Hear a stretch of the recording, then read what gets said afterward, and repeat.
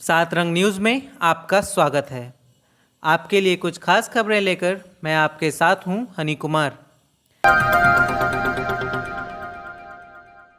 आज की पहली खबर, सोनिया गांधी की ईडी में उपस्थिति के बाद कांग्रेसियों के विरोध प्रदर्शन की है।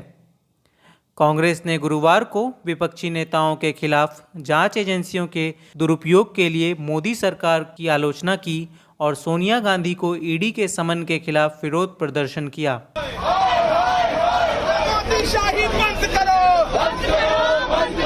कांग्रेस के वरिष्ठ नेता और राजस्थान के मुख्यमंत्री अशोक गहलोत ने सोनिया गांधी को पूछताछ के लिए बुलाने की ईडी की कार्रवाई की निंदा की और कहा कि जांच एजेंसियों को पहले एक प्रेस कॉन्फ्रेंस करनी चाहिए ताकि यह पता चले कि किन आरोपों के तहत उसकी जांच की जा रही है। उन्होंने एक संवाददाता सम्मेलन में संवाददाताओं से कहा, मैं सोनिया गांधी को पूछताछ के लिए बुलाने की ईडी की कार्रवाई की निंदा करता हूं। उन्होंने पिछले उदाहरणों का हवाला देते हुए कहा, ईडी को उनके सवालों के जवाब लेने के लिए उनके आवास पर जाना चाहिए था। उन्होंने कहा कि ऐसा उन्हें परेशान करने के लिए किया जा रहा है।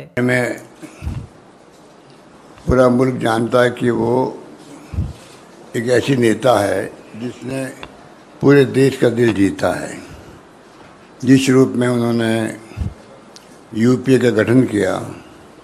इससे पहले कांग्रेस ने राहुल गांधी की ईडी की उपस्थिति पर भी कई विरोध प्रदर्शन किए थे, जिसके कारण कुछ कार्यकर्ताओं को गिरफ्तार किया गया था। सोनिया से एक महिला समेत संयुक्त निदेशक स्तर के अधिकारी की टीम पूछताछ करेगी। रिपोर्ट्स के मुताबिक उनसे वही सवाल पूछे जाएंगे जो राहुल गांधी से 5 दिवसीय पूछताछ के दौरान पूछे गए थे। सोनिया गांधी से पूछताछ 23 जून को होने वाली थी, जो उनके अनुरोध पर स्थगित कर दी गई थी क्योंकि वह ठीक नहीं थी। दूसरी खबर, कांग्रेस नेता शशि थरूर की एक मीम्स पर प्रतिक्रिया की है। दही, पनीर और अनपैकेज्ड डेली यूज की खाने पीने की चीजों पर 5% से अधिक जीएसटी के बीच ट्विटर पर पनीर बटर मसाला ट्रेंड करने लगा। नई जीएसटी दरें लागू होने के बाद ट्विटर पर लोग शांत नहीं रह सके और माइक्रो ब्लॉगिंग वेबसाइट पर मीम्स की एक श्रृंखला के साथ बाहर आ गई, कुछ आधुनिक गणित की समस्या के रूप में कि डिश का समग्र जीएसटी क्या होगा। कांग्रेस नेता शशि थरूर बुधवार 20 जुलाई 2022 को ट्विटर पर मेम फेस्ट में शामिल हो गए और कहा कि व्हाट्सएप फॉरवर्डर शानदार है क्योंकि यह जीएसटी की मूर्खता को तिरछा करता है। मुझे नहीं पता कि इन शानदार व्हाट्सएप के साथ कौन आता है, लेकिन यह जीएसटी की मूर्खता को कम करता है जैसे कि ये कोई चुटकुला हो। तीसरी खबर, यूपी सरकार में कुछ ठीक नहीं हो रहे हलचल की है। पीडब्ल्यूडी में हुए तबादलों में धांधली को लेकर यूपी सरकार ने एक्शन लेते हुए दोषियों पर कार्रवाई शुरू कर दी है, जिसके बाद कुछ अधिकारियों पर गाज गिरी है।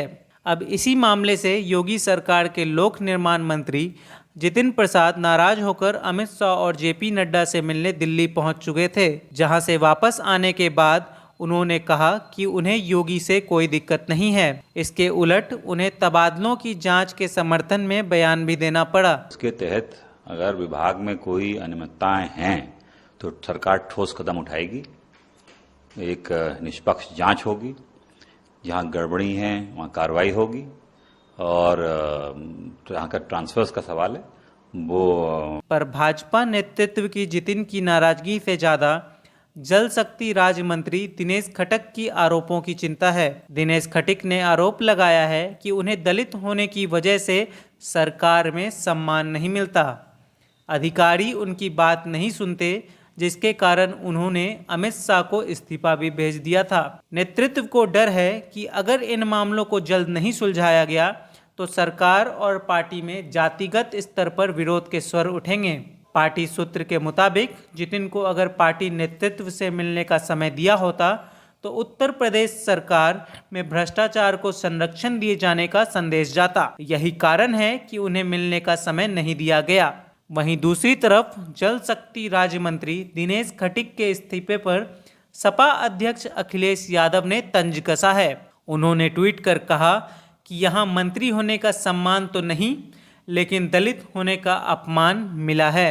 ऐसी भेदभावपूर्ण भाजपा सरकार से त्यागपत्र देना ही अपने समाज का सम्मान रखने के लिए सही उपाय है। कभी कभी बुलडोजर उल्टा भी चलता है। इसी तरह उन्होंने दूसरे ट्वीट में लिखा कि उत्तर प्रदेश भाजपा सरकार में भ्रष्टाचार और कुशासन की क्रोनोलॉजी समझिए।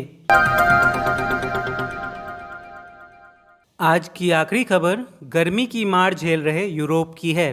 पूरा यूरोप भीषण गर्मी की आग में तप रहा है। एयरपोर्ट के रनवे पिघल रहे हैं, रेलवे ट्रैक फेल और सड़कों पर सन्नाटा पसरा है। स्पेन और पुर्तगाल में मरने वालों की संख्या 1700 के करीब पहुंच गई है। वहीं सोशल मीडिया पर इसे लेकर अफवाह भी फैल रहे हैं। इस बीच सोशल मीडिया पर ट्रेन के सिग्नल की एक ऐसी फोटो शेयर की जा रही है जिसे लेकर दावा किया जा रहा है कि यह सिग्नल भीषण गर्मी के कारण पिघल गया। हालांकि इसकी सच्चाई कुछ और ही है। लंदन के कुछ हिस्सों में जंगल की आग में कई घर नष्ट हो गए। ज़्यादातर देशों में तापमान 40 डिग्री सेल्सियस को पार कर गया है। इससे पहले सबसे ज़्यादा तापमान 2019 में 39.1 डिग्री सेल्सियस दर्ज किया गया था। अनुमान लगाया जा रहा है कि पारा अभी भी इसके ऊपर जा सकता है। कुछ और दिलचस्प भरी खबरों के साथ हम फिर हाजिर होंगे। फिलहाल के लिए इतना ही। अगर आपको हमारा चैनल पसंद आता है तो लाइक कीजिए, सब्सक्राइब कीजिए, शेयर कीजिए और देखते रहिए 7 रंग न्यूज़। नमस्कार।